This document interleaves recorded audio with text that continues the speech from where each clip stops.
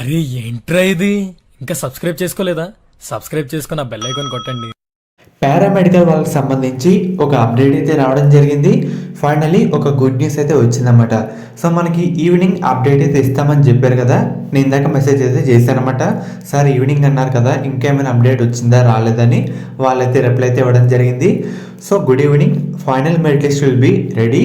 మనకి వెబ్ ఆప్షన్లో final merit list, seat matrix ఈ మూడు మనకి అదే రేపు ఈవినింగ్ లేదంటే డే ఆఫ్టర్ టుమారో ఈవినింగ్ అయితే రావడం జరుగుతుంది అని చెప్పడం జరిగింది.